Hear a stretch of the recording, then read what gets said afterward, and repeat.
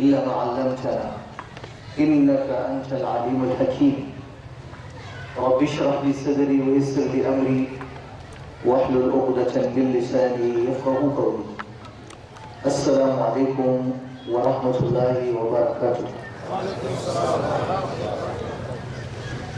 ‘Yan wana musulmi na ƙasar Nijar gaba ɗaya da kuma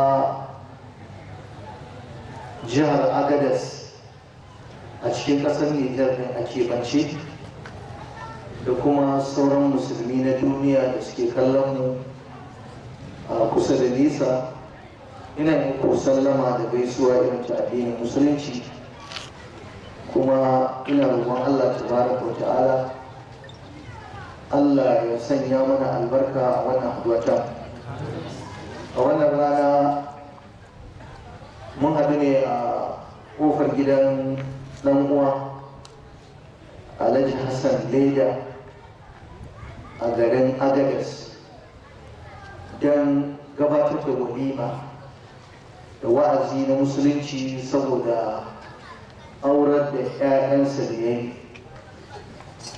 So muna addu'a Allah ya sa albarka shi wannan aure, Allah ya ba su lafiya da zaman lafiya, mu matan Allah ya ba mu lafiya da zaman lafiya akan nama aure. Dan uwa da Rabi'u Umar Rijiyar Lemo ya gabatar da nasiha mai gamsarwa wadda ko akan ta muka tashi ya wadatar. To amma babu laifi mu dan daɗa ƙarawa, mu dan daɗa haskakawa, musamman ma na ji ya soki masu mata daidai, ya yi kuskure da san Agadez yawanci matansu ɗaya ba. Yasa ake so malami in ya zo wa'azi ya rika tambayar yayi yanayin gari yake. To kaga masu manya-manyan rigunan nan da suke tare da kai da manya-manyan shaddodin da Allah da ya kiyaye to muna fatan Allah ya warkar da mu dai gaba daya. Ni dai ba za ku ji a bakina ba, ina da wani ra'ayi ne ba. Allah ya sa albarka. To tun daga abin da yi, ni kuma abin da zan tattauna a kai shine ina so na nuna mana shi wannan aure da kuke gani. Alƙur'ani ya yi ta magana a kansa ayoyi barkatai, ayoyi masu tarin yawa, irin kulawa da Allah ya yi da harkar aure da kulawa da 'ya mace. Don a nuna mana wannan addinin namu addini ne wanda yake cike da adalci, kuma yadda ya taɓa a cikin lantarsa.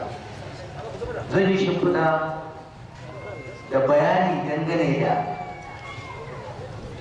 irin yadda alkur'ani mai girma ya mai da hankali akan harkar aure da seta rayuwar aure da mutunta aure, amma zance na zai fi karfi ne akan ku maza. Irin nauyi da Allah ya dora muku, ku sani cewa aure ba wai ana yin sa ne don ta more ba, mutum ya kashe sha'awarsa kawai ba tare da ya sauke nauyin da Allah ya dora masa ba. Ku sani cewa aure nan ibada ne, kamar yadda kake sallah kake nafila Allah ya baka lada, to ana yin aure ma dan a samu lada. Amma duk wanda ya sallah ko ya yi azumi ko ya yi wata nafila ba irin yadda Allah ya ce ba, to ya san ba Allah da zai ba shi lada ba. Haka duk wanda ya je aure ya zama ango, ya saka riga, aka ɗauki hoto, aka yi ta nunawa a duniya, aka yi walima, aka yi kaza, ya je gida ya ci gaba da azabtar da matarsa, ya ci gaba da rashin kulata ko kulawa da rayuwarta, to lalle zai ɗauki zanibi. Na farko dai musulunci ya haramta mana yin zalunci da cutar mace, kamar yadda ita ma matar ba a ba ta dama ta zalunci mijinta ko ta cuce shi ba. Amma yanzu maza ne a gabana, shi yasa zan mai da hankali akan maza. Maza ku daina zaluntar matanku, maza ku daina cutar matanku, maza ku daina mai da matanku kamar bayanku. Maza Allah ce matanku ‘yan uwanku ne da Allah ya hore muku su don su taimake ku a rayuwarku. Matarka ita ce kamar mai gadi a gidanka ba. Sai ka tafi kamar sefa miliyan 100, naira miliyan 100, dala miliyan kaza, ba ka da damuwa saboda akwai matarka a gidan. Ji kake kamar banki ka kai. Sai ka tafi kamar ‘ya'yanka 20, 30, 40 ka tafi saboda ka je ka harkarka, saboda ka san akwai matarka tana kulawa. Sai ka tafi kamar mahaifiyarka tare da matarka tana kulawa da ita. Sai ka tafi kamar dukiyarka, kamar motocinka, kamar arzikinka, saboda matarka tana gida. Amma kai ba za ka kyautata mata ba, kai ba za ka faranta mata ba. Idan ana ba ku labarin irin ta'addanci da maza suke wa mata, zalunci da rashin tausayi, wallahi ba za ka yi bacci ba. Ina faɗin wannan ka rinka tunawa kai din za ka haifi ya mace ka miƙa ta gidan wani. Wani ya ce na tarbiyyantar da ‘yata mace, na yi mata duk wahala, na biya mata kudin makaranta, na sa ta yi karatu ta yi ilimi, ina kallon ta gata da nutsuwa, amma tunani na wani miji zan ɗauka ba wa wannan ya wanda zai kula da hakkin ta zai cutar da ita ba.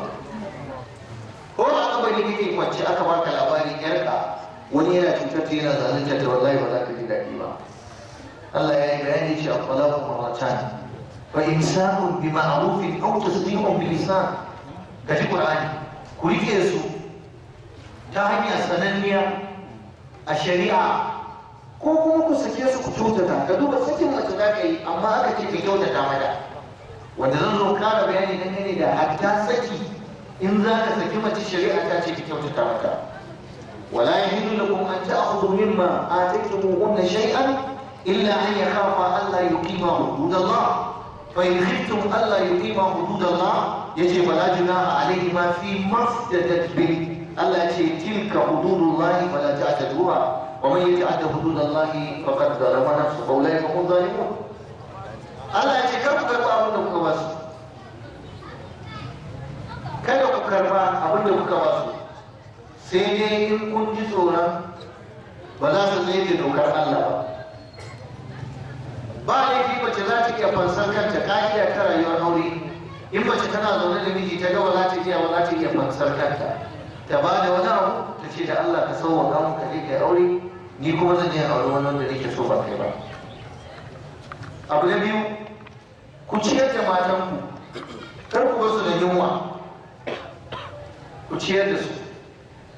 Duk namijin da ya ajiye mace bai ciyar da ita ba, shi zai ci mai kyau a kasuwa, ko ya ci mai kyau a gona ko a ofis ko a wajen aiki, ya bar gidansa da yunwa, wallahi sai Allah ya tambaye shi, kuma wannan auren sai ya zama masifa a gare shi.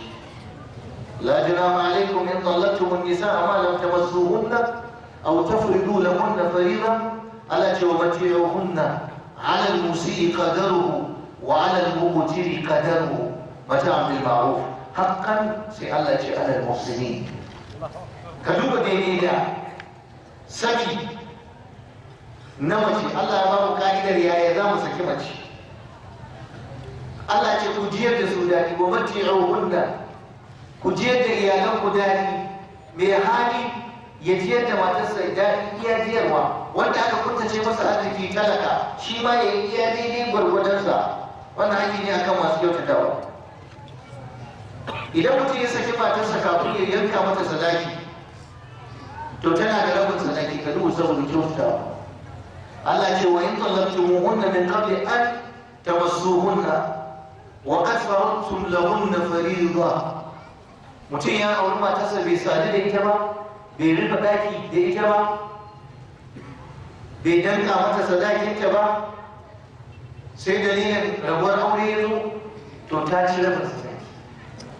Ka duba, in 100 ka ware mata, to ta ci 50.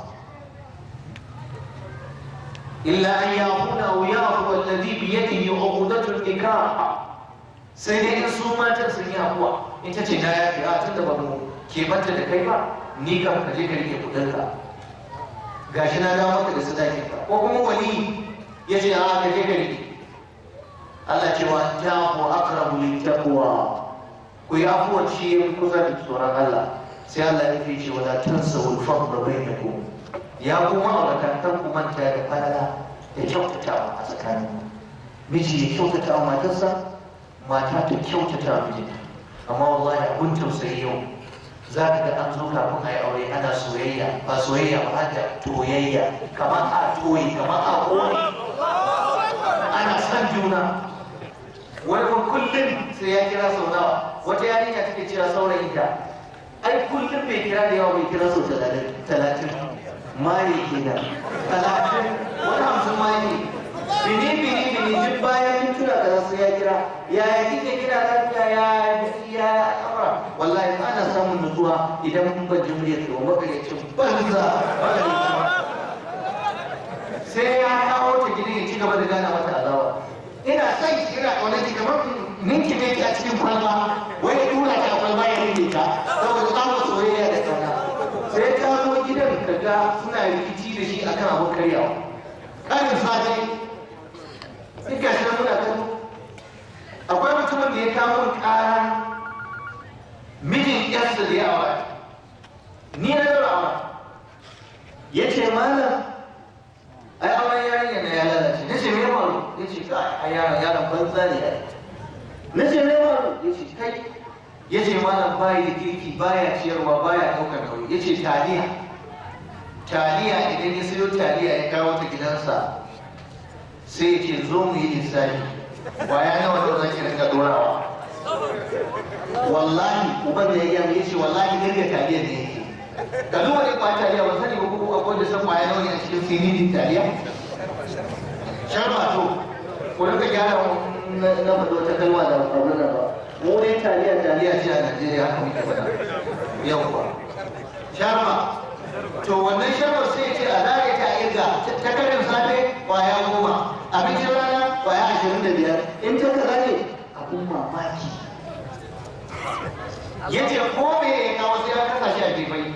Ya ce yanzu taliya sai ko sharba sai ya zo an lissafa ta ba ciyarwa. Ya ce yarinyar nan da ta zo wata rana ganin gida yadda ka san aljani ya zo kashi kawai ya ga sai hakuri. Ya ce na ba shi yarinya ta a ƙoshe lafiyayya cikin yalwa da ni'ima, haka da ba shi ita. Ya ce malam ta dawo yadda ka san kwarangwani, yadda ka san su kyau haka ta dawo. Ya ce wacce ba lafiya ne? Ta ce ba lafiya ta kalau yunwa. An kira shi a masa nasiha, ya ce a'a shi haka yi ga dama kuma abin da zai iya yi kenan. In za ta zauna ko za ta zauna ta tafi gidan iyayenta. Ya ce to zauna kin daina auren, an gama auren. Na ce ka je ka kashe auren nan inda buga ma ka yanka shi halal ne, dan ba za ka bar mutum ya zo ya kashe maka yarka ba. Ni din nan da nake muku magana akwai matar da ta kira ta gaya mata ce wallahi miji ta duk naƙuda da za ta yi wallahi ba zai je ta asibiti ba, wai shi a gidansa wai ba a zo asibiti wai. Ta ce makiyaci shi ko ciwon kai ya yi ya dauke mai. Ta ce malam kai ta ciwon naƙuda, kai ta ciwon ciki, kai ta ciwon kafa, ba a zuwa asibiti. An yi magana wai shi ne aƙida ne, wai shi ne zai wani ya zai gama tasa wani a wannan sauransu. Na ce to shi likita ne? Ta ce a'a, wai haka wai sai ce wai a ta addu'a ai za ki wanke. Shi kuma ba a zuwa asibiti a gidansa. Shi kuma wannan ra'ayi daga ina aka samu wannan ra'ayi? A gaya mu. Daga wace aya? Daga wani hadisi? Wallahi in na ga dama zan taɓa ku labarin zaluncin da mazaje suke wa mata a gidajensu. Wallahi zai samu ba. Akwai waɗanda ba sa ciyar da matan, ba sa iya ɗaukar nauyinsu daidai da kayan makarantar yara, daidai da kudin makarantar yara da gidan nan baya yi ba kudin da ya sani sai jima'i ba. Sai je kewaye da wanda zai biya bukatar sa kawai ya mai da matar bai ba. Wannan ba daidai ba ne. Shi yasa aka ce ko aure za ka sai ka biya sadaki, dan kai ka ɗauka kayan banza aka baka sai ka ba da wani abu. وآتوا النساء صدقاتهن نحلة فإن تبن لكم عن شيء منه نفسا فكلوه هنيئا مريئا. ba wanda za a bashi mace babu sadaki. La nikaha illa bi waliyin wa sadaqin wa shahidai adl. Dole sai da sadaki, sai an biya. Saboda a nuna maka wannan ya da za ka ɗauka tana da kima, tana da daraja. Hatta annabi Muhammad sallallahu alaihi wasallama wallahi sai da ya bada sadaki a aurensa. An gaya mana a hadisi matansa duka ga sadakin da ya biya. Kaga dai karewar ta kawar da tsoron Allah. Musulunci ya mutunta ya mace. A da auratayya da suke yi na da sun kalli mata da wani irin kallo na bauta ko sun mai da mata kamar bayi da gado, ba sa ba wa mata gado. Kullum idan mutum ya mutu ko idan uba ya mutu duk ya mace ba ta da gadon ubanta ko ba ta da gadon mijinta. Kwata-kwata maza ne kawai suke cin gado. Amma musulunci ya zo ce a sai an ba wa mace gado idan mijinta ya mutu, sai an ba wa mace gado idan ubanta ya mutu, sai an ba wa mace gado idan yayanta ya mutu, sai an ba wa mace gado duk wanda ya mutu ta cancanta ci gado sai an bata. lirijali nasibun mimma taraka alwalidani wal aqrabun wa lin-nisa'i nasibun mimma taraka alwalidani wal aqrabun mimma qalla minhu aw kathura nasiban mafruḍa. Allah ya raba, maza suna da kasansu, mata suna da kasansu. A wani guri yace lizzakari mithlu hazzil unsayayn, wani rabai manzo sai a ba wa namiji 1000, a ba wa mace 500. Abu na biyar, Allah tabaraka wa ta'ala ya haramta kuntatawa mata. Dukkan ku nan ko dai mutum mai aure ne ko kuma yana da niyyar zai aure, ku sani cewa hakki ne akan ku kyautata wa iyalanku. A lokacin Annabi sallallahu alaihi wasallam mata sun kawo ƙara cewa da sun yi laifi matansu mazajen suna bugun su duka kashi suke ba su. Suka zo suka samu manzo Allah suka ce ya Rasulullahi gashi duka yayi yawa. Annabi ya tara sahabbai ya ce yanzu dai ku ba ya jin kunya, yazo ya bugi matarsa da rana kuma ya zo ya neme ta da daddare. Sai ka ce dabba ka dake ta kuma ka dora mata kaya. Manzo Allah yake cewa masu dukan matansu a cikin ku duka irin wannan da yake ta shari'a laysa ulaika bi khiyarikum, ba su ne zababu a cikin ba. Duk wanda yake wulakantar da matarsa ko ya tozartar da ita ko ya buge ta to baya cikin zababu. Inji Annabi Muhammad sallallahu alaihi wa alihi wasallam. Ya ayyuhal ladina amanu la yahillu lakum an tarithu an-nisaa karha. Allah ce wala ta'buduhunna litadhhabu bi ba'd ma ataytumuhunna illa an yatina bi fahishatin mubayyinatin. Wa Allah shi Allah ce wa ashiruhunna bil ma'ruf. Fa in karihtumuhunna fa asa an takrahu shay'an wa yaj'al Allah fihi khayran katira. Wa in aradtum istibdala zawjin makana zawjin wa ataytum ihdahunna qintara fala ta'khudhu minhu shay'an ata'khudhunahu buhtanan وإثما مبينا. الله تبارك وتعالى كيف تأخذونه وقد أفضى بعضكم إلى بعض وأخذنا منكم ميثاقا غليظا. وهذا شاهد الله يقول كيف تتزمنتكيوا بإيالكم. kada ku waka kashin matanku, kada ku kuntata wa matanku. Idan kun kyamaci wani abu a tattare da su, to da sannu za ku kyamaci wani abu, amma kuma Allah ya sanya alheri a ciki. Allah ya hana mu kuntata musu, Allah ya hana mu tozarta su. Abu na shida, Allah tabaraka wa ta'ala ya nuna dukkan bangare namiji da mace kowa ma yana da matsayinsa. Kada namiji ya dauka wai shi kam shine kawai mai daraja, shine kawai mai matsayi, shine ya zama dole a ce shine amma mace ba labarin ta. A'a, idan kai sallah ka samu lada, mata kamata yi sallah na samu lada irin naka. Idan ka ba da zakka, matan ka ma za ta samu lada in ta ba da zakka. Matsayin ku guda a wajen Allah tabaraka wa ta'ala, a wajen bauta da kusanci ga Allah tabaraka wa ta'ala. Kada wani ya ji a ransa cewa matarsa baiwarsa ce.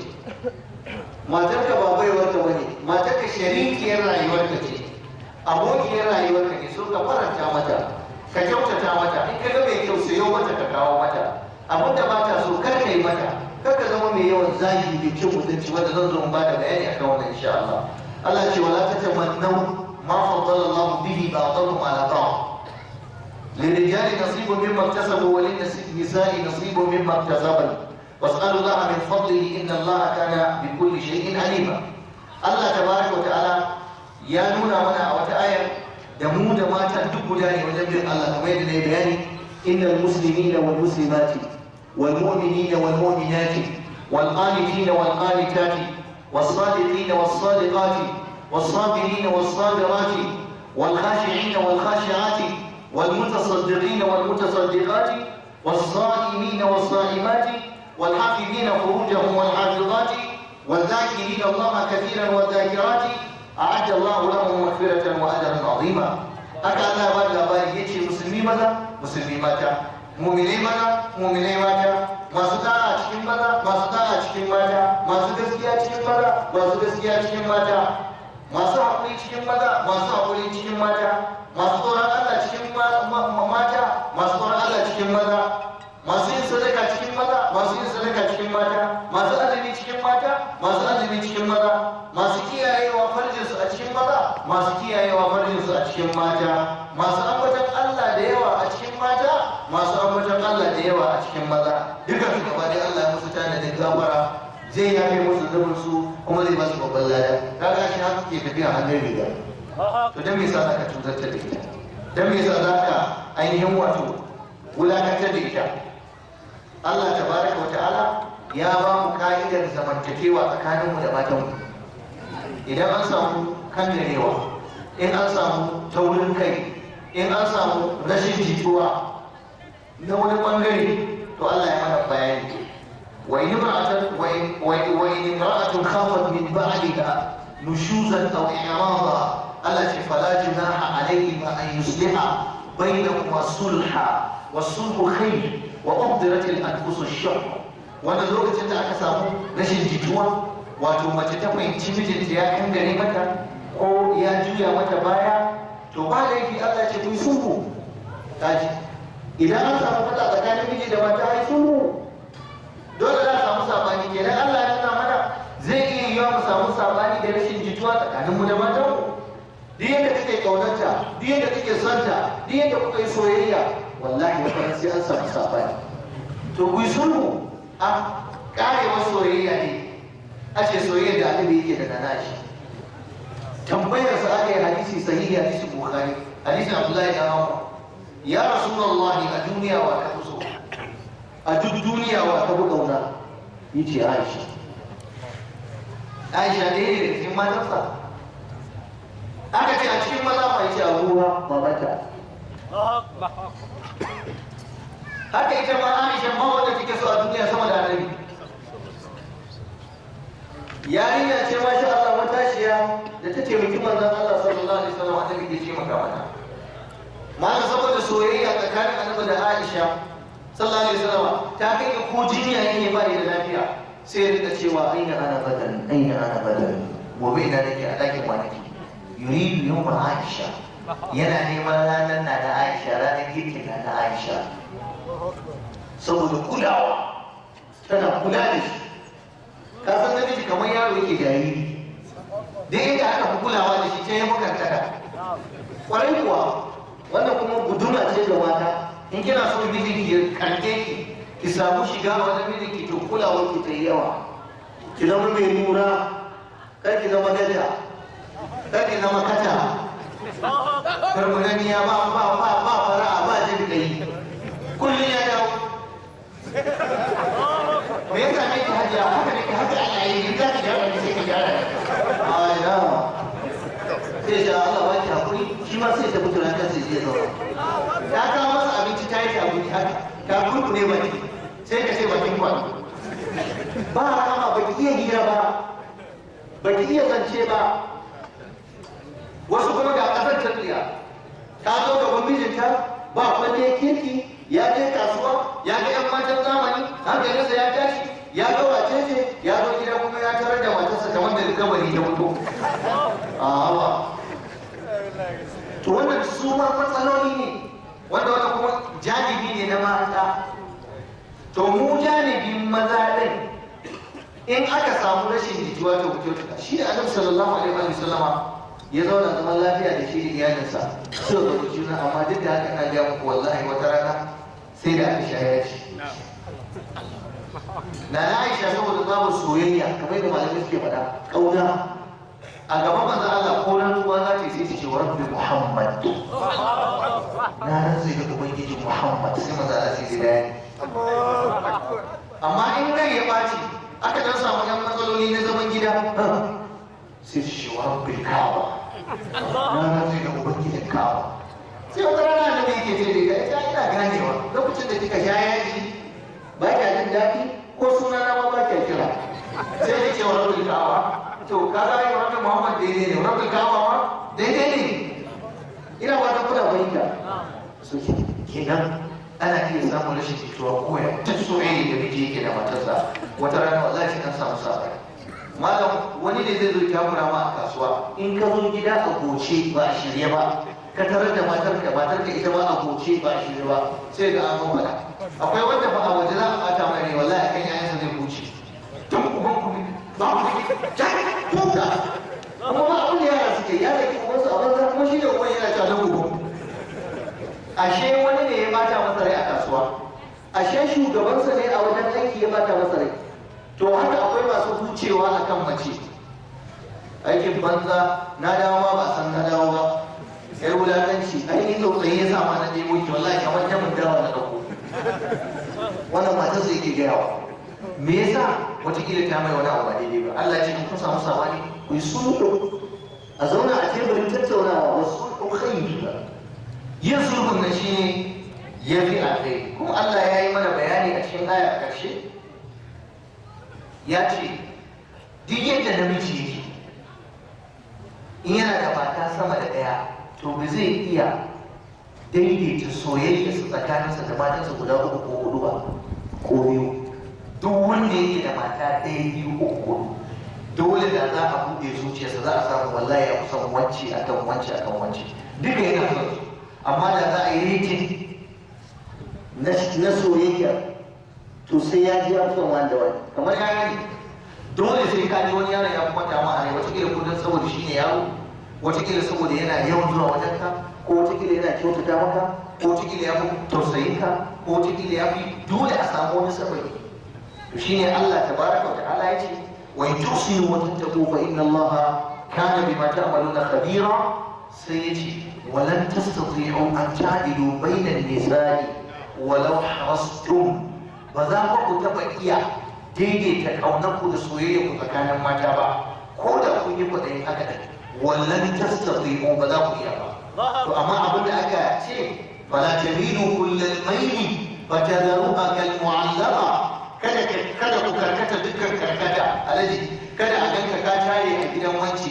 alaji kada a ganka ka makale wa wanci dukkan karkata ita kuma wacce a bata kamar a rataye ita kamar ba mai aure ba ita kuma mai aure ita ba a sama ba ita ba a ƙasa ba ka jefa mata bakin ciki ba ta zaro hakan mu'allaka Allah ce wai tusbihu da za ku gyara ku kyautata wa tattaku ku ji tsoron Allah fa inna Allah kana ghafuran rahima amma wa in yatafarraqa in dalili ya kawo suka rabu miji da mata to yubni Allah kullu min sa'ati Allah zai wadatar da kowa da yalwarsa wa kana Allah wasi'an hakima lalle Allah mai yalwaci ne kuma mai hikima ne Qur'ani ya zargi dabi'ar mu da muke da shi na kyaman ƴaƴa mata mu wulakantar da matan mu na aure saboda suna haifan ƴaƴa mata na abinda nake nufi a cikin ku ko maza akwai wanda sai ki matarsa saboda kawai tana haifa mai ƴaƴa mata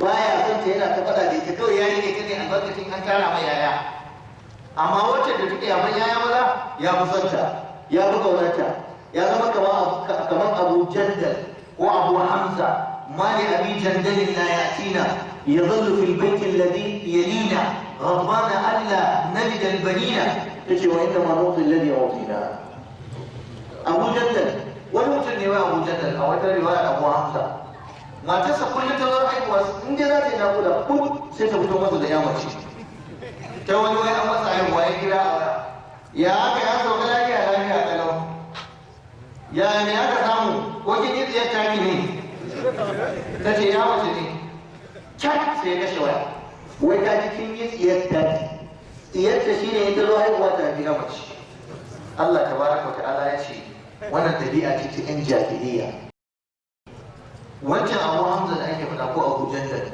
zuwa yake sai ya ki zuwa gidan matar in dare ranar girki sai ya ki zuwa kwana a gidanta sai ya je kwana a makota wai yana fushi saboda me saboda tana haifan yaya mata shi ne sai su ce ka yau ai mu mata kamar gona ne abinda aka shuka mana shi muke tsirarwa ai ko ma ga bane abinda aka shuka shi muke tsirarwa wa inna ma mutu alladhi yutina in ka ga mace ta haifi ya mace ruwan sama ta sha ta haife ta madara ta ta haife ta ko tuwo ka tuka mata ta haife ta dole sai aka samu contact aka samu haduwa da zai yi ba ta haifi abin da za ta haifa sai miji ya kusance ta wataƙila kai tsayar da kake faɗa ma daga gare ka ne tsotson naka ne ke ba da yaya mata kai ne matsiyacin baka sani ba so ya kamata mu ji tsoron Allah Allah ya hana mu yace wa idza bushira a'adukum bil unsa dhalla wajhuhu muswaddan wa huwa kadhim yatawara min al qawmi min su'i ma bushira bihi ayumsikuhu ala hunin am yadsuhu fi turab ala sa'a ma yahkumun idan yau din su bushara da ya mace mallan sai ya turbo ya fuska ya bata rai yana cikin damuwa yana cikin bakin ciki kawai da mai mamai ya mace shi ba sai ya mace har buya yake yi cikin abokanai wai kada gaci dan kada ce ya mace aka haifa masa ya rike wannan irin a bisa wulakanci da tozarta ko ya binne ta Allah ce ku saurara abinda suke hukunci ya munana Imam al-Bazawi Allah masa rahama cikin tafsirinsa yace da a jahiliya idan aka haifa mutum ya mace abinda yake malam sai ya barta da girma sai ta kai irin shekara 6 ko 7 sai ya sa wacce ta mata wanka ta mata kwalliya yana mata wasa sai ya dauke ta sai kai ta wajen gari ya tona dogon rani ya zurfi wallahi sai ji isa iya isra ta kamar wasa yake mata yana leka tana kuka tana baba adi yana tura kasa tana kuka yana tura kasa wallahi sai ya bunne ta murus haka suke kashe yaya mata saboda tsabar kyama da kiyayya da yaya mata wa idan mawudatu su'ilat bi ayyi dhanbin qutilat macen da ɗaya da aka binne ta a kiyama Allah zai tambaya da wani zunubi aka yi ta to yanzu ba a binnewar amma ana abubuwa na kama da binnewar ga ba kiyayya akwai masu zubar da cikin akwai masu hana haihuwar saboda kana haifar musu ya mace wani ya billah kar ku rika jifan mata ku da gazafi ba a so yanzu misali mutum kul wataƙila zuwa ya tarar da matarsa tana waya da wani wataƙila ƙarin mahaifiyarta ne wataƙila ko abokin babanta ne wataƙila ƙaninta ne yana makaranta a wani gari wataƙila ku kula ba koyaushe ne mutum ya ji matarsa tana waya da namiji zai zarge ta ce tana fin maza ba dan akwai mazan da ba laifi ta yi waya da su ko ta yi mu'amala da su to ƙazafi ba shi da daɗi ƙazafin zina ai mazinaciya ce ko kuma wataƙila wani dalili ya sa ya ga ta yi mu'amala da wani ba tare da ya yi bincike ya tabbatar da gaskiyar abu ba sai ya ƙazafi wannan haramun ne Allah tabaraka wa ta'ala ce innal ladina yarmuna al-muhsanati al-ghafilat al-mu'minat lu'inu fi dunya wal akhirah masu jifan mata mu'minai kafalallu rakananu waɗanda suke kawai Allah ne a gaban su duk wanda ya musu kazafi duk wanda ya wa matarsa kazafin zina ko albasha ko ya yi wa matar wani ko ya yi wa ƴar wani Allah ya ce an tsine musu a duniya da lahira kuma suna da azaba mai raɗaɗi mai girma yau ba ta shaɗu alaihim alsinatuhum wa aydihim wa arjuluhum bima kanu ya'malun a wata ayar Allah ce walladhina yarmuna al-muhsanati thumma lam yatu bi arba'ati shuhada masu yin kazafi suna jifan matansu ba zo da shaidu hudu ba fajriduhum 80 jalda ku tsura musu tumagiya guda 80 wala taqbalu lahum shahadatan abada kada ku sake karɓar shaidar su wa ulaika humul fasiquna ba su kan mutane kenan kada mutum ya yi wa matarsa kazafi kada mutum ya yi wa iyalinsa shari amma wannan fa baya kore cewa matarka ba za ta je ta yi barna da wani ba abun mamaki kwanan nan wallahi wani dan uwa ya same duka bai wuce sati ba ya ji wani karatu da ne akan irin ta'adi da mata suke yi barna mace tana auren ta kuma tana auren wani mace ta zo tana saduwa da wani mijin da ba nata ba. Akwai yaron da ya bugo mun waya yake faɗa ce matar babansa ta yaudare shi sai da ya lalata da ita. Na mai gida ne ya manyanta ya girmama, ya je ya auro yarinya matashiya budurwa. Na ba haramun bane dattijo ya auri budurwa, amma kuma sai ya kiyaye saboda yana da yara maza ko yana da 'yan mata a gidansa, dole sai ka kiyaye. Yaya aka yi tun da ɗansa ne? Ita wannan matar kullum sai ta rika cewa wannan yaron ɗan gidan mai gidanta ta ce zo kai ta unguwa, ya ɗauko motar babansa ya kai ta unguwa, wanda sai take masa wasa. Ya ce ba ya so, kun gan shi ko? An turo shi ne ya aiko shi haka yi. Shi kenan yaro ne matashi, ya ce tun yana ƙi mana sai da matan nan ta yaudare shi, ta kuma yarinya ce matashi ya matar ubansa. Shi wallahi malam sai da aka zo lokacin da ta yaudare ni zai lalata da ita. Matar ubansa, kun ga ashe abin da ake faɗa na zargin yana iya faruwa. Kun ji wannan kisa?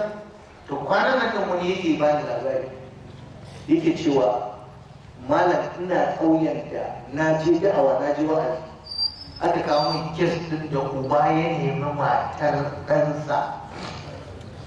Muna faɗin wannan a karatu ne don saboda kowa bai kiyaye ba, amma za a yi a lura ba. In ka ji kayya ne a wani kuwa da ka ga wani abu ka bayyanta ba, ko a gidan ku ne ko da ka tsaya kai ka sa ido ba, kararau ka za ka duba.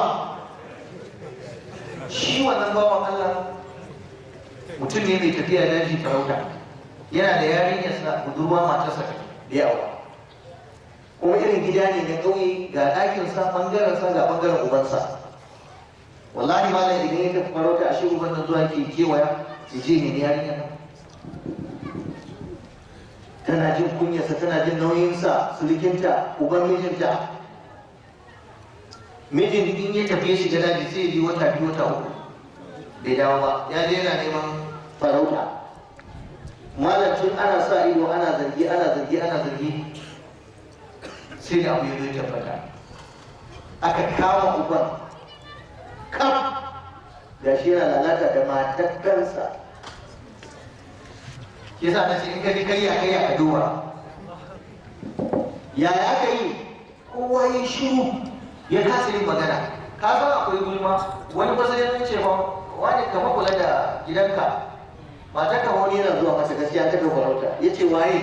Ya ce a kaje dai ka bincika. Wani ya taimaka masa ya ce gaskiya zan gaya maka tsohon ka ne. Ya ce alhamdulillah. Ya ce shi ke. Ya je ya samu tsohon nasa ya ce da shi baba, na ji an ce in na yi tafiya ba na wani yana zuwa gidan nan, ni kuma na tafi na bar iyali na san za ka kula mun da ita. Ya ce haka aka ce kwarai. Ya ce kai ainihin ban taɓa jin wannan labari ba. Ya ce to da Allah na zo ne a matsayinka na ubana, ina so shaida maka ni dan farauta ne, na iya tsafi, na iya bokanci, na iya kaza, zan haɗa magani. Duk wanda yake wannan abin zai kawo. Wannan kuma wani babi ne na tsafe-tsafen su nake gaya muku, ba wai dan na yadda ba yau ba dan na yadda da tsafin ba, haka kuma ya je tsafi. Ashe wai akwai abin da suke na tsafe-tsafe, sai a je a samu maniyin kariya da maniyin kare na miji. Yana da karnuka, in sun haɗu suna saduwa, suna bin juna, sun rike, in kare da kariya suka haɗu suna rike juna. To sai da je san yadda ya yi tatsi maniyin ita kariyar da maniyin namijin karen, ya je su kullum sai zo ya haɗa, ya zo ya ba wa matar ya ce gashi nan ki shafa kuma ki sha a dole. Duk wanda yake yi kuma in ya zo in ya gane fa to sai na dawo kuma. Inna lillahi wa inna ilaihi raji'un. Raba mata bokanci da tsafi. Haka yayi ya tafi farautarsa. Tsohonka, gogonka sai gashi ya dawo. Ka san sharri in mutum ya saba baya iya dainawa. Sai gashi ya dawo. Ya dawo ya zo ya shiga. Suka haɗu da mata. Yayyayi rabu ita ya gada. Yayyayi rabu ita ya gada. Tsafi ya ci shi. ina so in shaida maka sai da aka je daji aka nemo wannan mutumin, aka zo duk gari a ƙauyen nan aka ci tana kallo ana yin lillahi a'udhu billahi Allah ya kiyaye, an ji kunya wane ne tsoho yana ta hawaye, ita ma yarinya tana ta hawaye. Sai gashi ya dawo yana zuwa sai fashe da kuka, ya ce yanzu abin da za a yi, ya ce to ku jira sai na shiga daji. Ya shiga daji ya je nemo abin da zai nemo na tarkacensa, ya zo ya shafa musu, ta kai ga dole sai da ya ga al'aurar babansa, dole sai da ya ga al'aurar matarsa. Kaga ya ku sharri in baka daina shi ba a duniya samu da zai ga babba. Ya zo ya balle su ya raba su, take ya rubuta wa matar takarda ya ce ba ni warke har abada. Ya ce wa tsohonsa kuma kai ma ka daina gani na har abada, ba zan zauna a garin nan bakin ciki ya kashe ni ba, na tafi. Shi ke ne tafi. To a nan gudun me yasa na kawo wannan kisa? Don kowa ya kula da iyalinsa. Ɗazu malam yana faɗa a cikin karatunsa, a kula da mata, a kula da 'ya'ya, 'ya'yanka mata ka kula da su. Yanzu muke ganin wani abun bakin ciki, abun ɓaci rai da malam Ibrahim nan da Turabi muka gani, abu da mun saba gani ba. Na ce yanzu duk wa'azin da ake a garin nan, malam mai moto ne, mai mashin, ya goyi mace, ita kuma mace ta zo ta gindaya wata, 'yan mata budurwi balagaku ba, har sun zama balagu, sun zama baladewa. Tana zaune, 'yar uwarta kuma ta mutu gindaya, yadda ka san ana gindaya jami'in itace ko wani abu. Kuma shi yana jin cewa shi musulmi, yanzu ba wa wanke wannan kana cewa in an zo an kira sallah zai sahu ya tsaya wa a bayan ba. Na ce ya ake kuma wannan abu yana faruwa a garin Agadas, garin musulunci. Nawa ma garin Yahudawa bane. Wannan garin musulunci ne, gari ne mai tarihin musulunci. Yaya za ku bari tarbiyyar ƴaƴan ku ya lalace haka? Masu hawa mashin ɗin ƴaƴan ku ne, masu tuka moto ɗin ƴaƴan ku ne.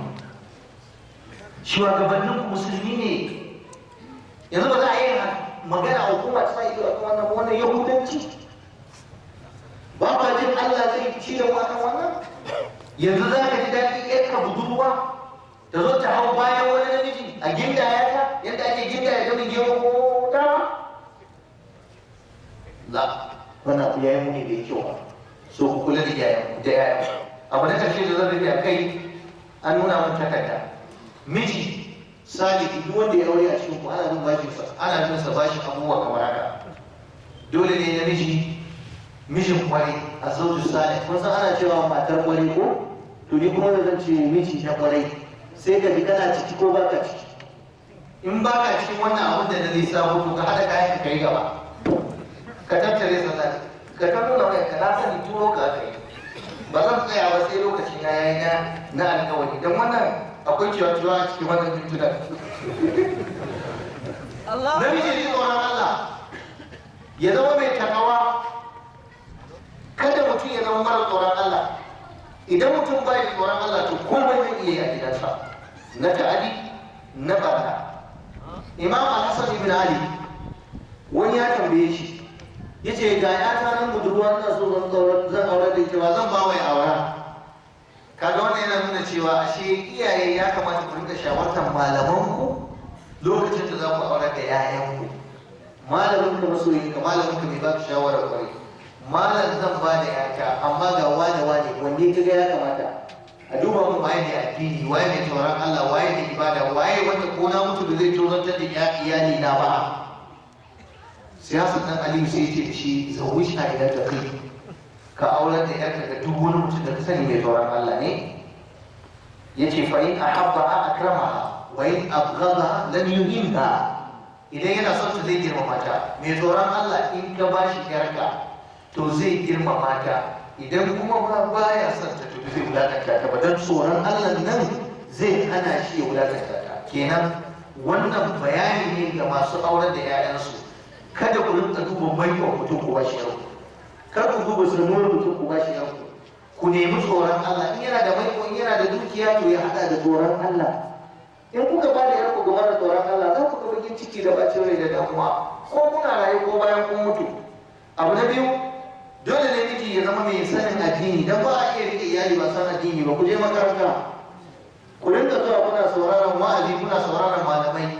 In ka bude shago ba sai ka ga wanda suka fi ka sanin harkar kasuwa suna nuna maka ba, in ba ka za ka je ka barar da jarin ka yi.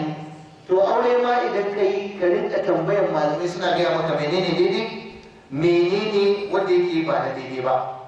Kuma wannan sanin daidai da rashin daidai shine zai taimake ka tsare iyalinka, ka hana ta mu'amala da mutanen banza. Duk mutum namiji akwai haƙƙi a kansa ya ƙoƙari ya kiyaye matarsa, kar ya bari tana mu'amala da kowane makoci, don ba kowane makoci ne mutumin kirki ba. Ka nuna mata gidan wani ba ya ke mu'amala da suke je ku gaisa, amma gidan wani ban yadda a je ba.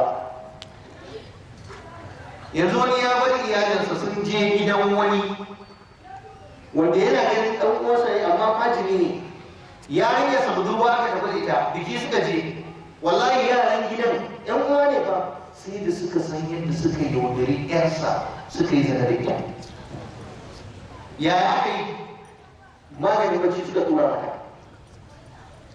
Kullum yarka budurwa ta tafi biki gidan yayanka ko gidan kaninka ko gidan abokinka, ashe yana da maza yan mata gangan da yan maza gangan da.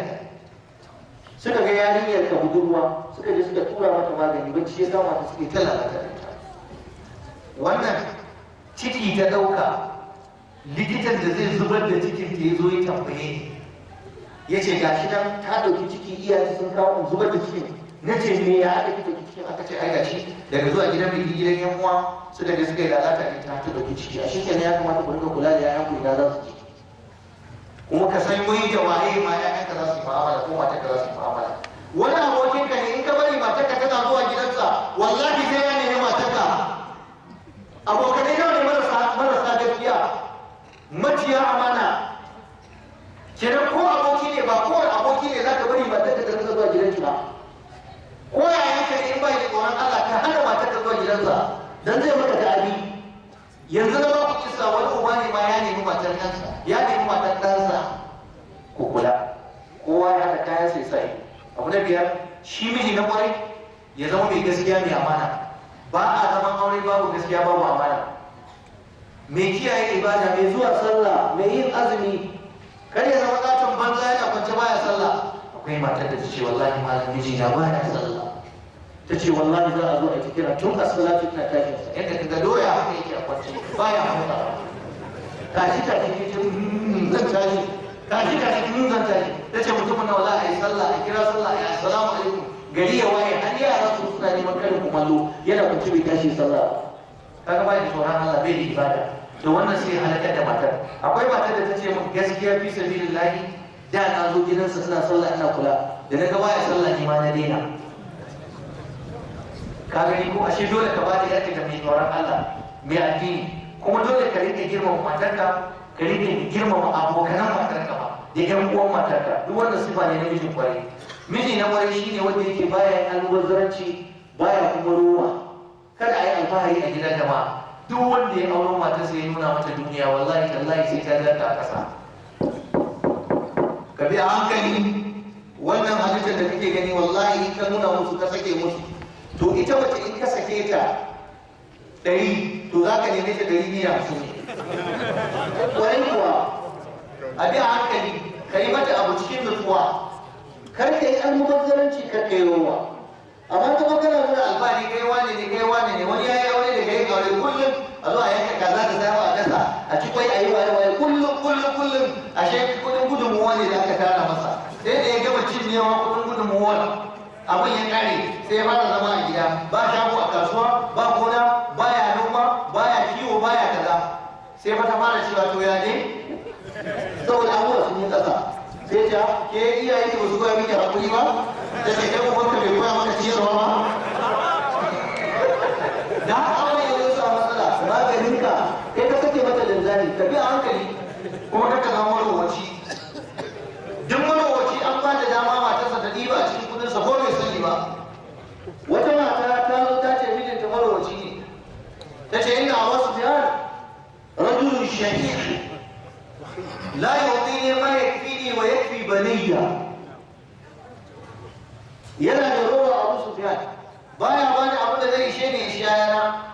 Zan iya ɗauka a cikin dukiyarsa na dan sarrafa ya annabi ce kwarai ki dauka bil ma'ruf. So idan mata ka ta caji a jihun ka ta dauki kuɗi saboda marowaci ne kai halatta amma ba ku bi hankali kuma mata kana ce mana ya halatta sata bace a ji a sata. To abubuwan da suna da yawa namiji bari tsaya